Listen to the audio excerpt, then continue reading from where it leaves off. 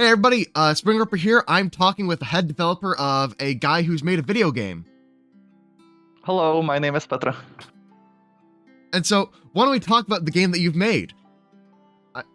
Uh, all right. So, hello, my name is Petr. I created Dawnsbury Days, which is a turn-based tactics RPG which uses the PF2E rule system. And yeah, I'm pretty happy with it. I think it's fun. I'm also very happy with it, and I've done a little bit of work on the game. I'm not going to say a lot. I just kind of like gave you some pre-made characters. Yes, though you actually did more. So Swing Ripper did some contracted design work on Dawnsbury Days after its original release. Yes, he made the new pre-gens up to level 8, but also did some design work on the deities and some of the homebrew feats that we needed to fill out the skeleton for some of the classes. And I think thank you very much for your help. Thank you. And well, I think this leads into one of the big things I want to talk about, which is how do you change the core engine from a tabletop game to a CRPG? Like, what sacrifices needed to be made? Right. So ideally not a lot, and ideally carefully. So because you want, or at least I want to maintain tabletop fidelity. Just for the sake of tabletop fidelity, just for the sake of having like, okay, I played this game in tabletop, now I get to do the exact same thing in video game, which is cool and which is what I loved about all the Neverwinter Nights and all the CRPGs. So that's great. The changes that I made or that I felt needed to be made were for a couple of reasons. I guess I can talk about a couple of them. So, okay, so like one of them is that in tabletop you can demand that players make choices at times that are not opportune in a video game. Like, yes, attack of opportunity happens during another player's turn. That's fine. That happens rarely enough. But then there are trinket choices is probably what we would call them in like Magic. Like they don't really do much. Like when a sorcerer casts a slotted spell granted from the bloodline, they get a blood magic effect, and the sorcerer gets to choose whether to apply the blood magic effect to the sorcerer or to one of the targets of the spell. But the blood magic effect can be something like get a +1 status bonus to skills until end of your next turn, and you're a sorcerer, you're probably gonna just cast another spell next turn, you're probably not gonna make use of that +1 bonus to skill points. So stopping the game and forcing the player to make a choice when it won't matter is not really something I want to do. In general, I would like to avoid giving the player choices that don't matter at all. And in tabletop, you can sort of avoid it. The player just doesn't say it out loud, and it's fine because nobody cares. But like a video game can't read the player's mind, so I would have to ask for the choice. So in this case, what we did is, or what I ended up doing is, I just had the blood magic effect apply to all valid targets. So it happens to both the sorcerer and all of your allies that you targeted with the spell, instead of having you choose just one. And that's a minor buff for the sorcerer, but again, it's +1 status bonus to skill, who cares? So yeah, I guess that's one. That's one thing. Sort of a harder option related to this is skill feats, and there the decision was much harder. It's like skill feats are a big part of the game, so you kind of want them for tabletop fidelity.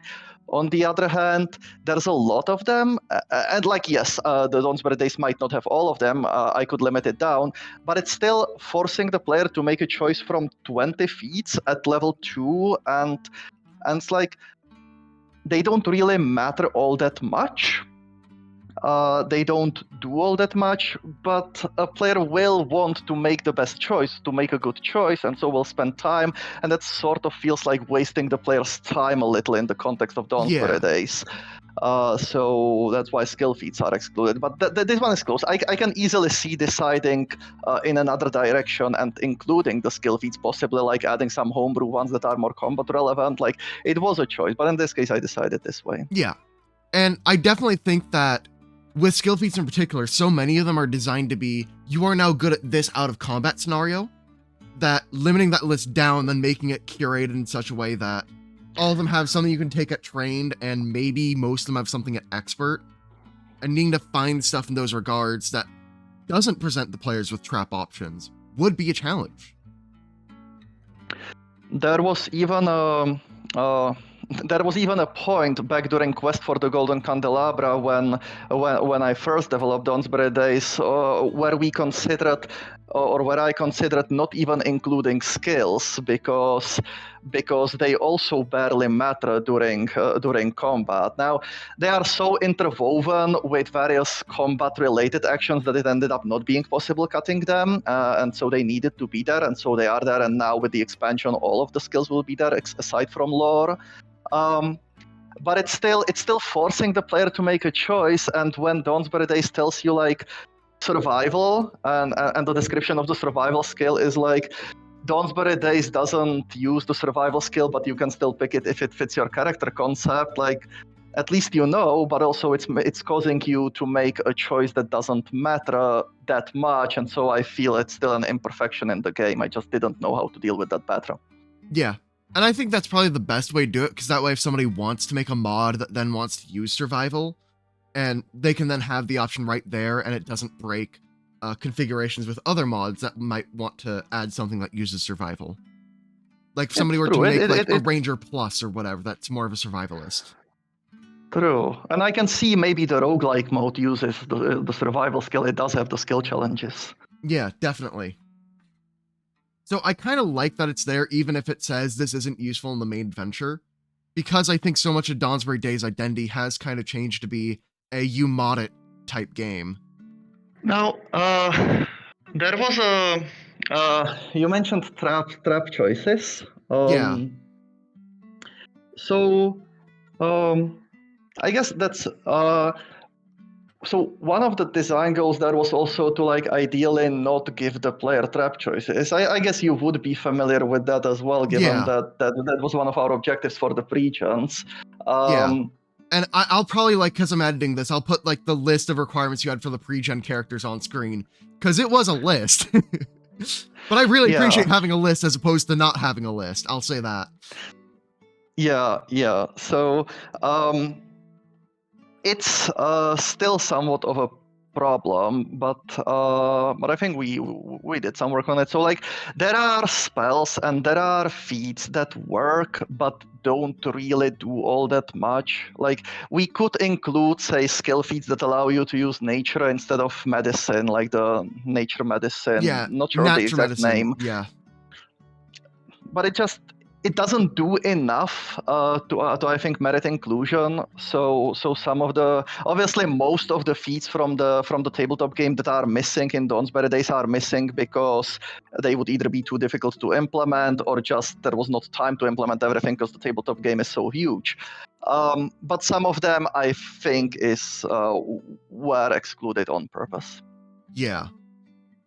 And I definitely think that there are a few that we could point at that would be excluded on purpose. And then others are like, this is talking to a part of the game that doesn't exist, like group coercion.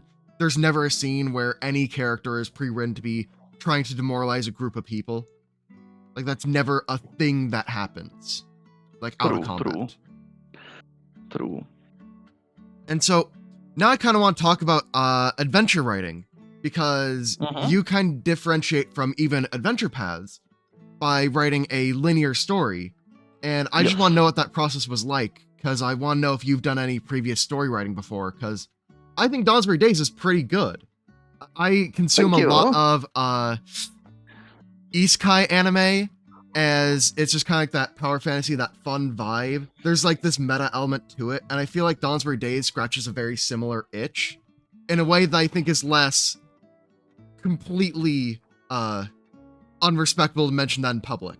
So the comments are probably going to grill me on, oh really, you're that type of person, oh I see. But so there's two parts to this. One of them is the kind of a story, and the second one is the linearity. So the linearity mechanically was I felt it locked in from the very beginning. I had like pretty much since 4E, since when I played 4E, and especially after having played Druidstone, The Secrets of Manor Forest, the video game, I wanted to make a linear video game that would be a series of encounters without the kinds in between. Obviously, it's much easier to do because you can avoid implementing all the stuff that happens in between encounters. But importantly, it focuses you on the core gameplay loop, and if it avoids the sort of mute time that happens outside encounters. And I noticed that like in a CRPG, when you move in between scenes, when you move through the city, you click and then you wait 10 seconds, and it's just 10 seconds, and you can get immersed, and it can be fun for like a long-term experience. But when I played Druidstone, and it was like, okay, like there's a cutscene, sure, you can skip it, sure, and then bam, like you're in the encounter, you're making the decisions. I really like that, and 2E, PF2E, I feel like the very first thing I did in Quest for the Golden Candelabra is make 4 fighters and 2 kobolds and put it in the and start the encounter, and I enjoyed it, and that's doesn't usually happen all that well. Yeah. Like when you do a game design from the beginning, you maybe you set up the rules incorrectly, and it's not all that fun, and you need more choices to make it more meaningful. To have to make actual choices in combat so that you're having fun during the combat. Here it sort of works from the very beginning with just barely any options, just from essentially flanking, demoralize, and strike, and that was already good enough to have fun. And so the linearity allowed the focus. Mm-hmm. For the expansion, I did consider doing some branching, and here I was thinking of StarCraft 2, where they have this thing where it's still a linear story, but you can sometimes choose which of the 2 planets you will conquer or which of the sides you will take, and then it immediately sort of merges back. I thought that would be feasible. I ended up cutting it for time. I also considered that there was an option that I played with for some time where the main character Anna would be sick, and it would be replaced by a player character who you would name, and so you would make like choices throughout. Except with the linear storyline, the choices you made ultimately would need to not matter all that much, so it sort of would feel again. I think maybe it could have worked, but I ended up not going that way, and I think it ended up fine. I think so. That's it for linearity. Yeah, I think I really like where the story ended up. I like they're able to deliver beats despite being a smaller project. So like, I really like the story, and I also think that the way you've made the game is surprisingly conducive to a fun speedrun. I think I'm the only person that has, or we're the only 2 people I've really tried to seriously speedrun the game. But I do think it's a great time, and I have been debating maybe giving out copies of the DLC for people that get top times before a certain date. So yeah, that would be great. That's a nice side effect you can see then, because you can skip through everything that isn't direct combat. Combat is fast as well, so you can just smash it. That's great. Yeah.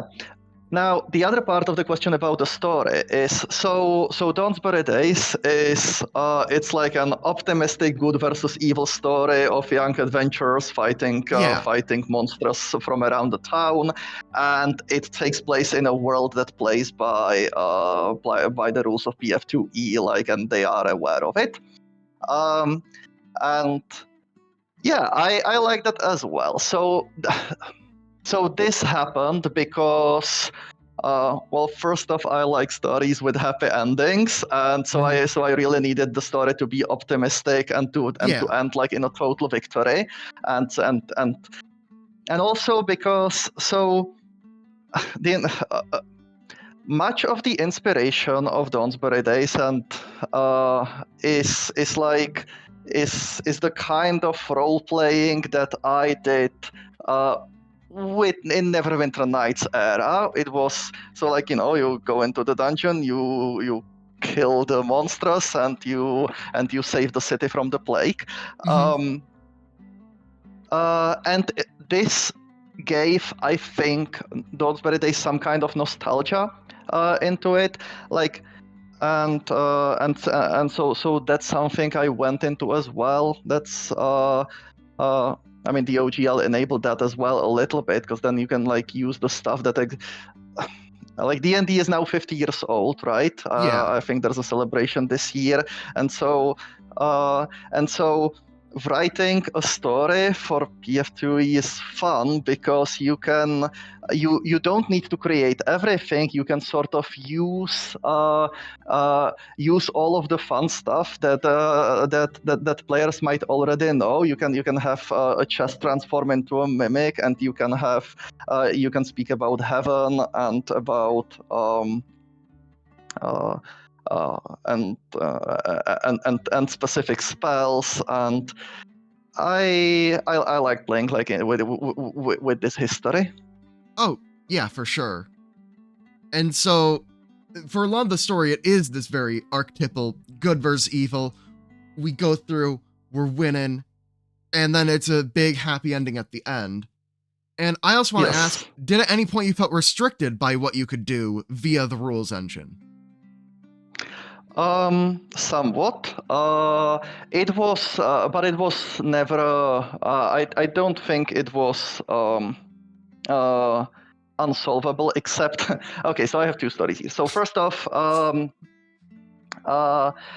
the rules of the level bands. So Pathfinder PF2E, sort of much like 4E, is advancing characters by 1 point numerically every level. Mhm. And that means that fights between a level 5 character and the level 1 character aren't, and the level 1 monster aren't too meaningful. They sort of work. It doesn't feel right to me. Yeah. And so you kind of are restricted into telling stories. The simulationism suffers a little bit in that you don't really want to read or play out stories where you force characters that are too far in level besides each other to interact too much. And it's a little bit of a problem in. So the first encounter of the expansion, Sneak Attack, has you defending the children of Dawnsbury from an attack by Fae. And so they are children of Dawnsbury. Like, if you were to simulate the world, they probably shouldn't be very high level, especially if we're talking about combat level. Like, they are children. So, like, if you really wanted to simulate them, you would put them at level -1. Like, they shouldn't be stronger than a kobold who is hunting, like, enemies for war.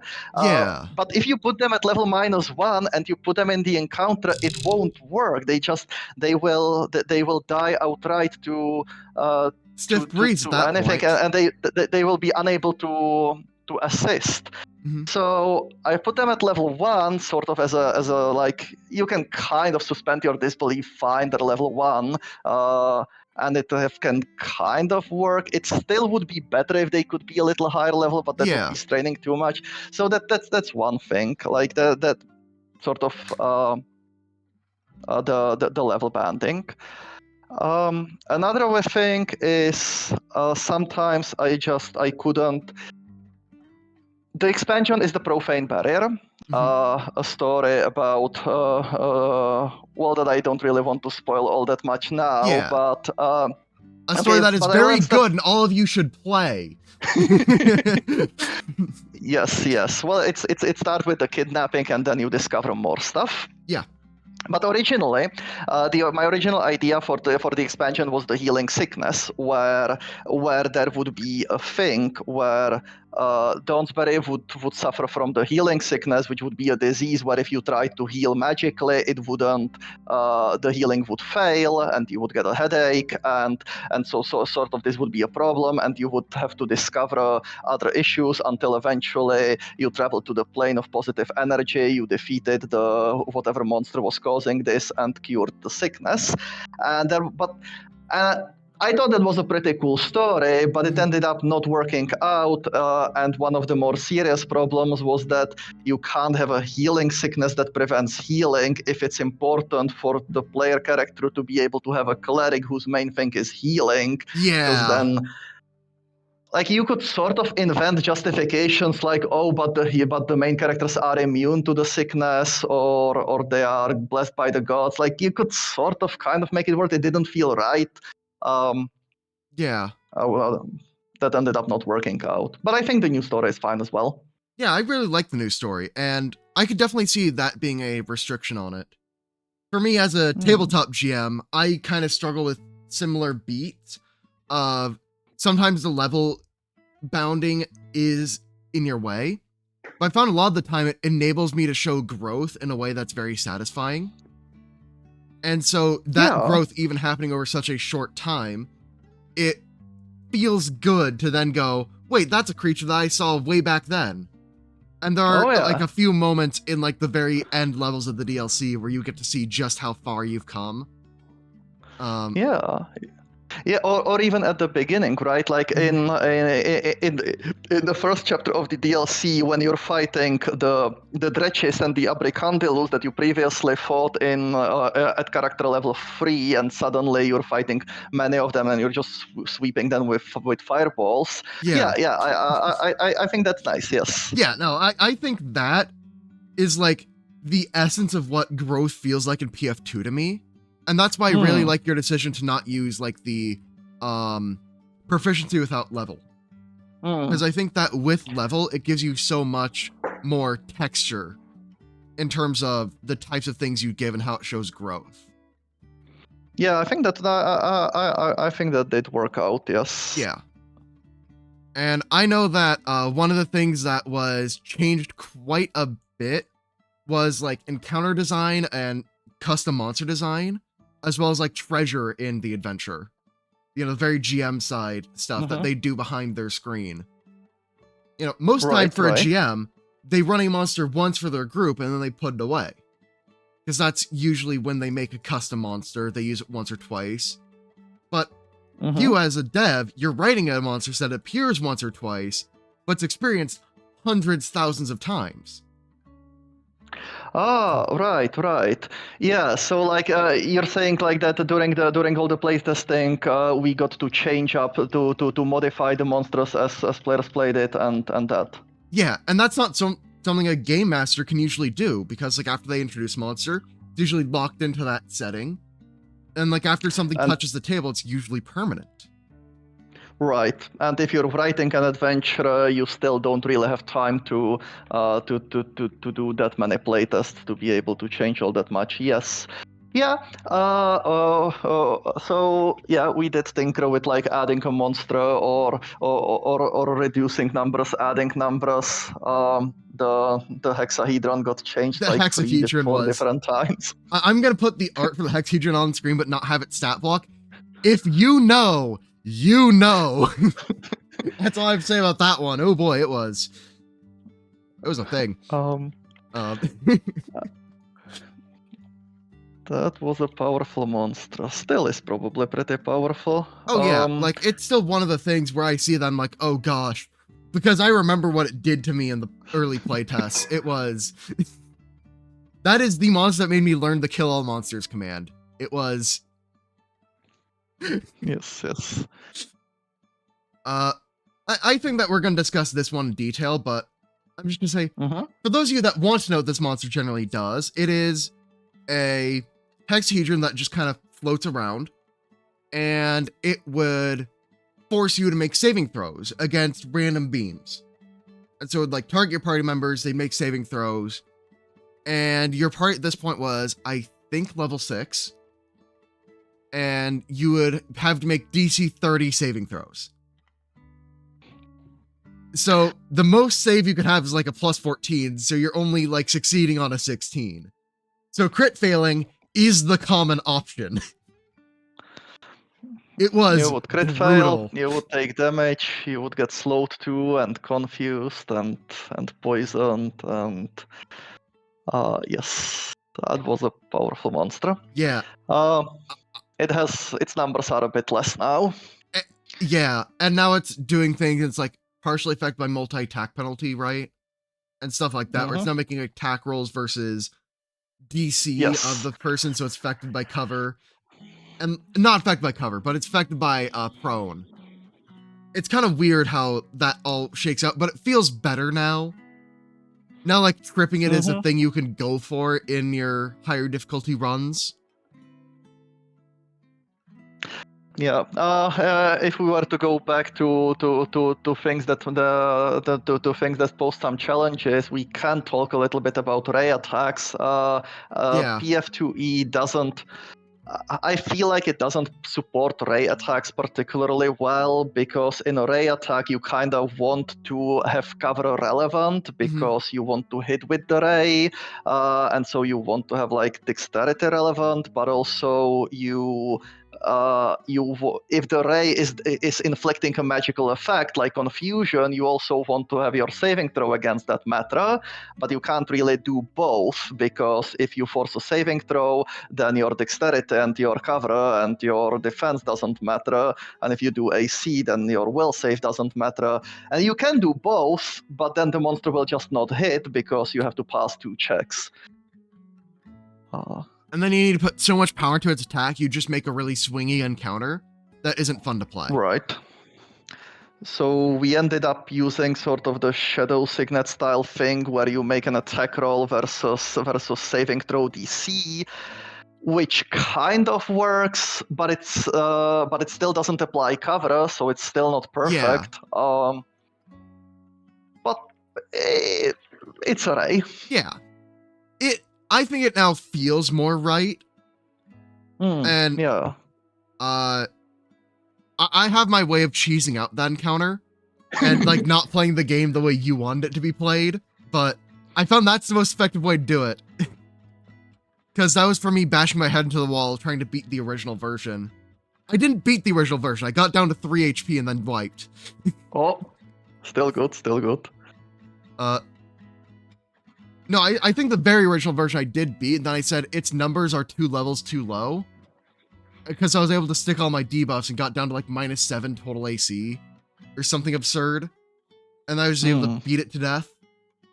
And then after that, its numbers defensively became what they should be, and I couldn't beat it at all. Yeah. Yeah, that monster was tricky. Yeah. Because that one was... Yeah, I didn't... Anyway, most of the monsters now come from the bestiaries, so... Yeah. It's just that one was one I wanted to talk about just because, like...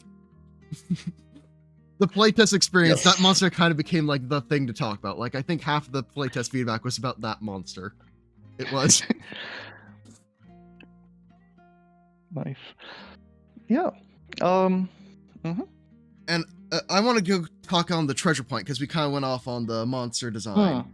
And I know that, like, one of the big things is, should we give a Ring of the Ram or some other equipment, so that way the player has fewer buttons they're looking at? Right. I think that we should go into, like, designing for the digital UI versus the tabletop freeform speaking. Right.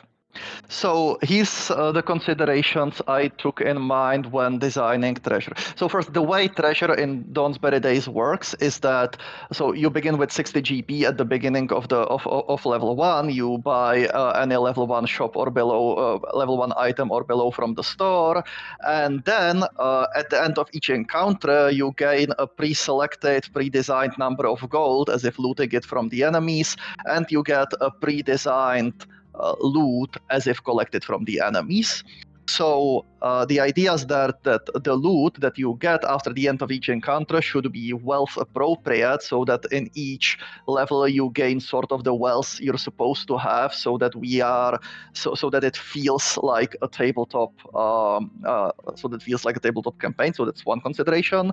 The second one is there should be some verisimilitude, not necessarily a lot, but it's nice if it works out. Like if in in the first encounter of the DLC, the enemies use a potion of greater invisibility, and at the end of the encounter, you collect one for yourself. So that's nice. Yeah.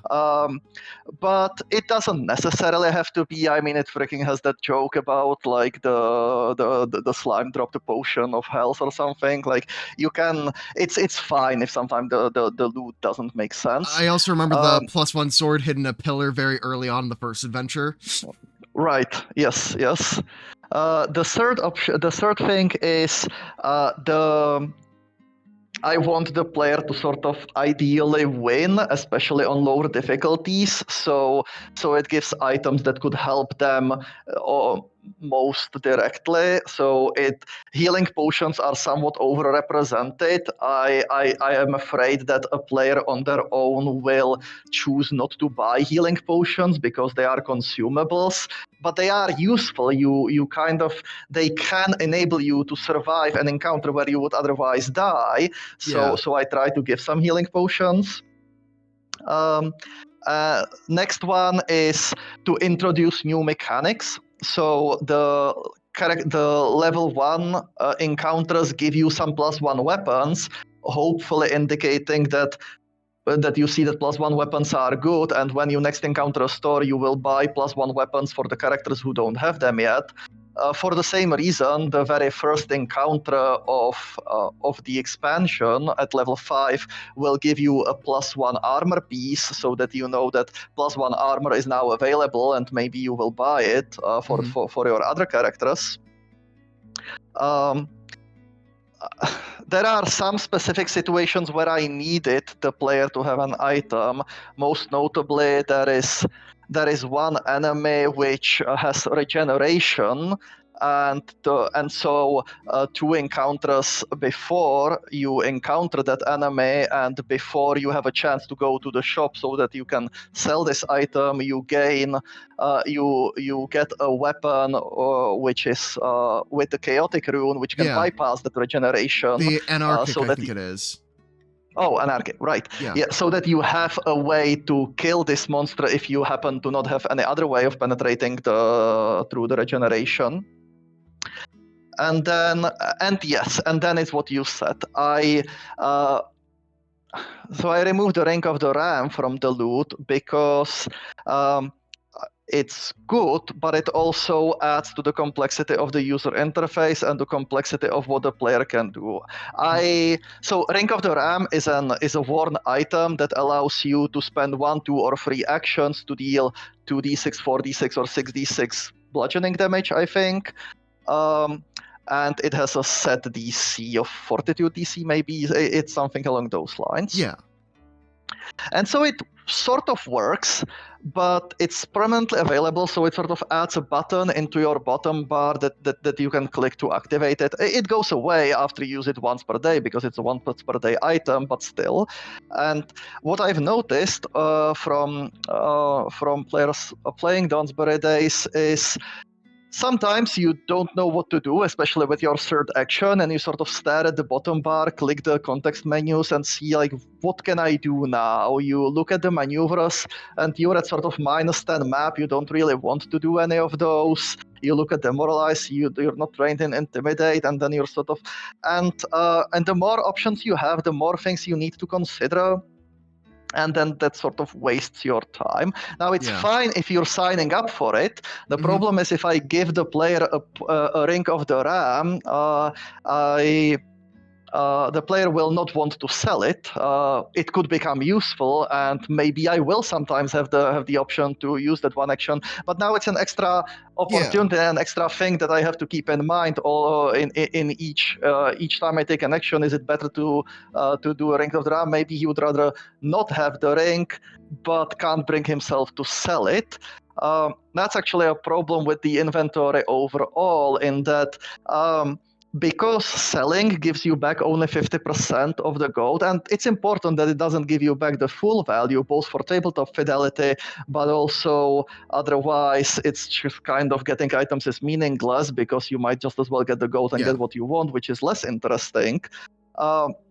But now the optimal strategy is to sell nothing until you need the money, which means that your inventory is constantly sort of filled up with everything you picked up, and you only really sell it if you need space or if you actually want to buy something from the shop. And so you are stuck with all of these items that you collected. And I didn't find a way around this problem. That problem is still there, and sort of players will have full inventories, and that's just how it is. So these are the considerations, and so I tried to put this in mind. I had a script which also counted all the wealth that you get from each encounter and gave me like a list of how much over the wealth by level guidelines I am. I am pretty over actually. Like I checked it, and Dawnsbury Days currently gives like 120 to 130% of the standard values, which is like it's in line with what Adventure Path would give you, except being a linear story, you always get all of the items. Mm-hmm. Not necessarily in the expansion, because the expansion does have some sort of side quests that you can choose to skip. But even so, still, it's. I thought it was fun to use items, and so there's a bit more of them.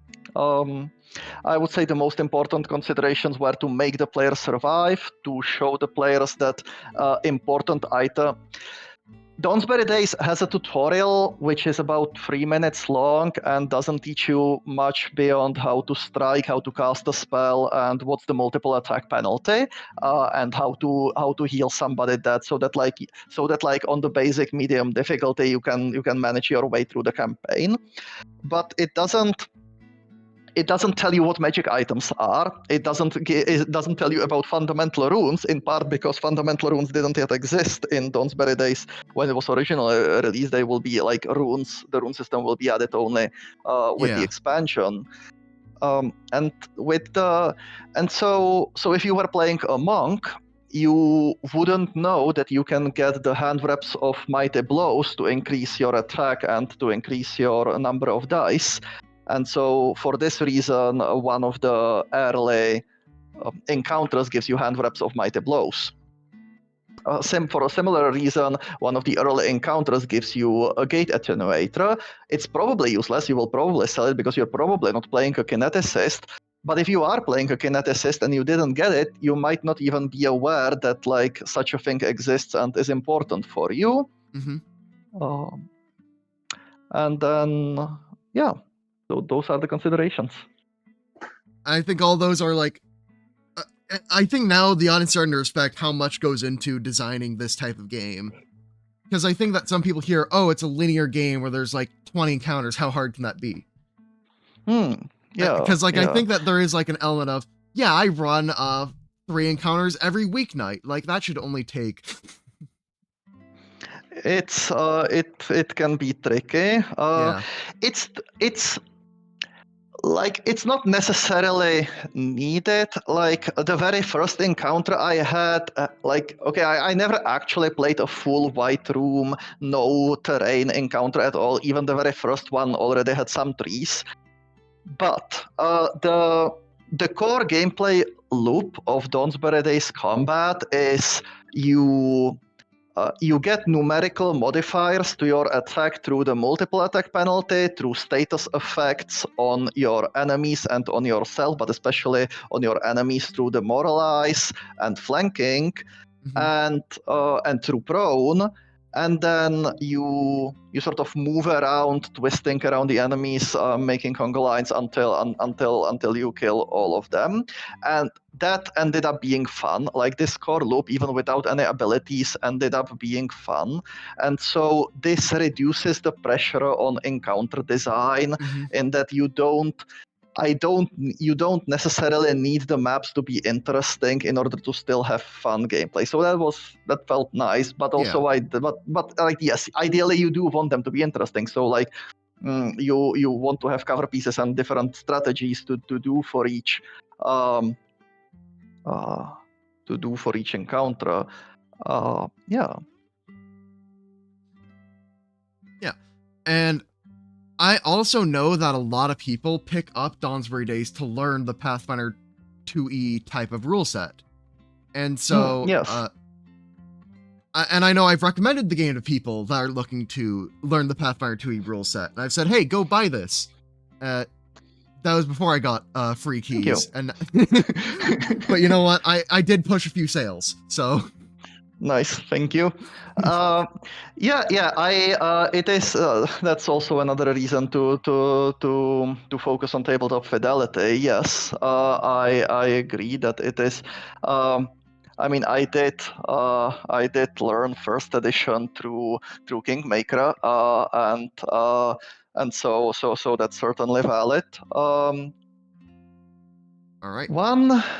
One thing which Dawnsbury Days doesn't have, which also informed some of the design choices, is you don't get takebacks. You don't get to have a discussion with the GM before committing to an action, which you get to do it. I mean, I guess depends on the table, but like Yeah. often you can ask the GM, I want to do this. What would happen if I did this? Or is this possible? Will this have the result I want? Like, if I move to this place, will I have clear shot on the enemy?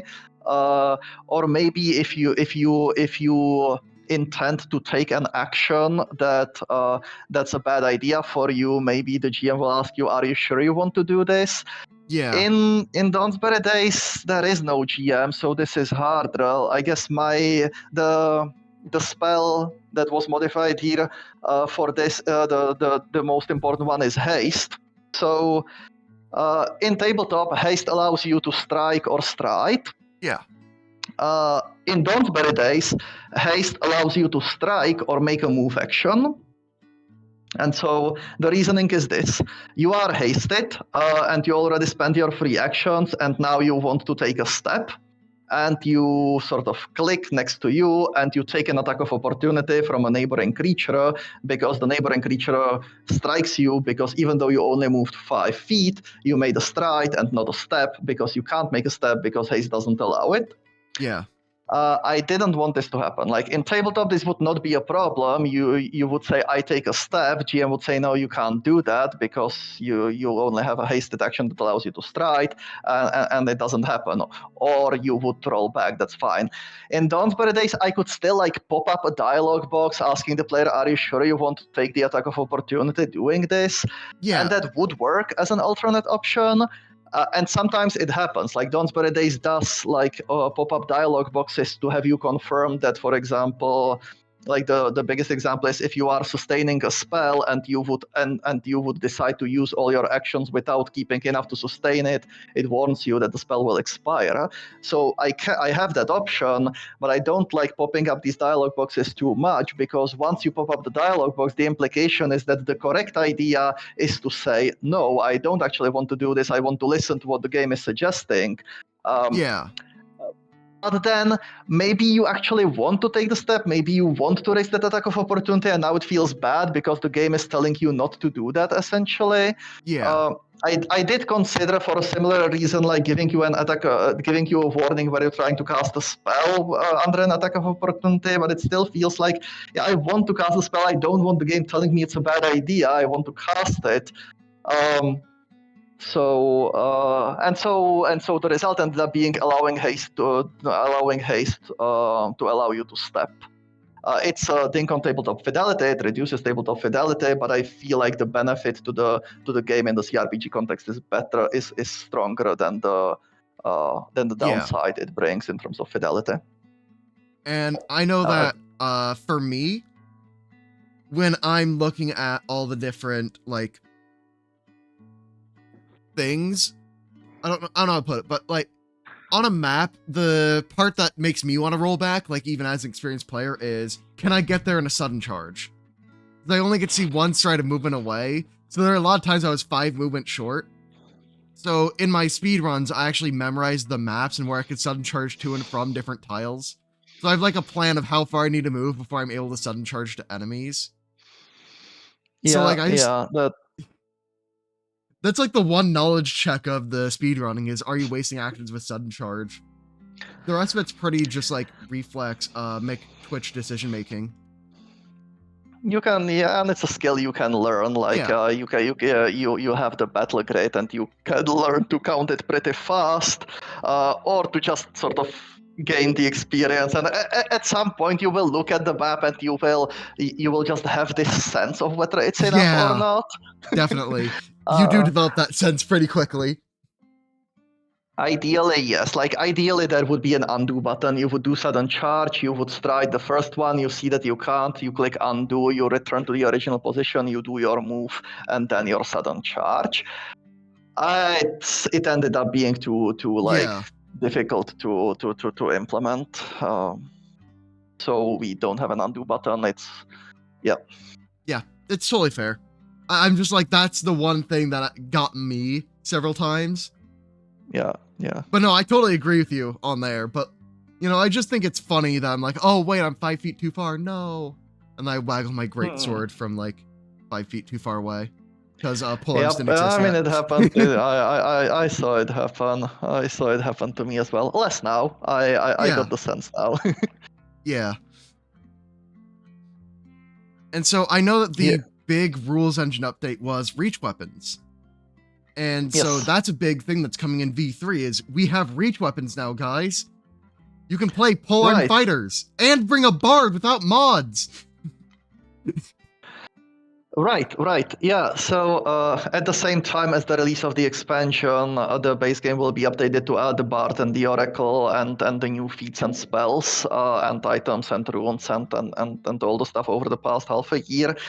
Reach weapons took a long time because all manner of things, because when I was making Quest for the Golden Candelabra 2 years ago, I wanted to have a quick game, and I managed that, but like making the decision that a melee attack is always 5 feet away simplified so much, it felt like a no-brainer to take it. And then it took some time to untangle and to make it so that attacks longer distance as well. And it did cause a couple of issues after that, like with weapon infusion for the kineticist. But I think most of them or all of them perhaps are solved now. Yeah. There was definitely Weapon infusion, by the way, is another example of a feat which I simplified for Dawnsbury Days for the sake of not offering player choices that don't mean all that much. In tabletop, you have to choose a bunch of choices about what you want your weapon to be and what kind of traits it gives you. Whereas in Dawnsbury Days, it just sort of automatically picks the best option for you. And sometimes there is no best option. So like if you are using weapon infusion to attack a creature that's right adjacent to you in tabletop, you can pick between, I think, 3 relevant feats like agile, forceful, sweep. Yeah. Something along those lines. And in Dawnsbury Days, it just gives you all of them. And that's a minor increase in power in that you can apply 2 or 3 of them at once. It doesn't matter enough, and I felt it was better than to just have the player choose between 3 buttons, which give barely a difference. Because like those buttons are definitely like a momentum stopper in a digital game, where if you're playing in person, you just say, oh yeah, I'm gonna elemental blast him for 2 actions, and I'm gonna add reach, or I'm gonna add agile, or whatever. Right. And you're able to do it as one sentence. There's no interruption there. But in a digital context, as soon as you give that choice, you need to put up a menu. And a menu is a showstopper. Right. And so there's a balance, yes. Yeah. Because like there's also that thing of, we do want players to make choices, just not ones that are wasting their time. Right. I know that like the pre-made characters, they kind of extend off everything it does here. I now have the requirements pulled up on the second monitor. And it was like, you should optimize them so that their power level is equal to that of like the base 4 classes. They should be able to have a good chance beating hard with few restarts. Straightforward to play, so you don't need to learn combos in order to play the pre-mades. You gave me like a pretty long list. I think I rose up to that challenge. Yeah. So the first line you read is the reason I contacted you with regards these at all, because that was the problem I noticed in the So Dawnsbury Days does have pre-gens, like the version that's currently on Steam as the main one does have pre-gens for all classes. But I noticed that like if I play fighter, rogue, sorcerer, and cleric, I tend to win. If I play psychic, barbarian, druid, and ranger, I don't win quite as much. And so equalizing the power so that you can literally pick any 4 classes and have good chance of winning felt like a good idea to have. But yes, I don't expect a player to read the character sheet before entering combat with a pre-gen at some random level. So you get these choices and you get these spells, and so for the pre-gens we wanted like every spell to be usable to make sense in most situations, and to not have any options that don't do much or anything.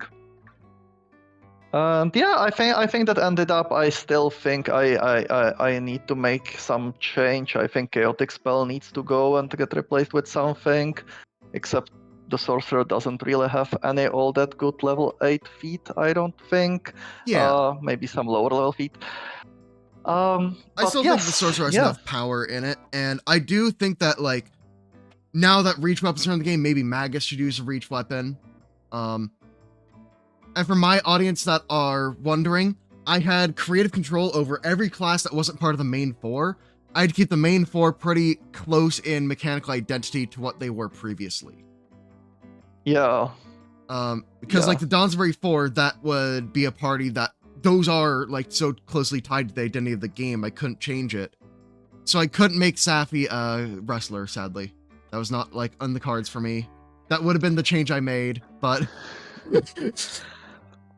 Wrestler. I feel like wrestler would require an explanation. It requires for a main character. a guide to play properly.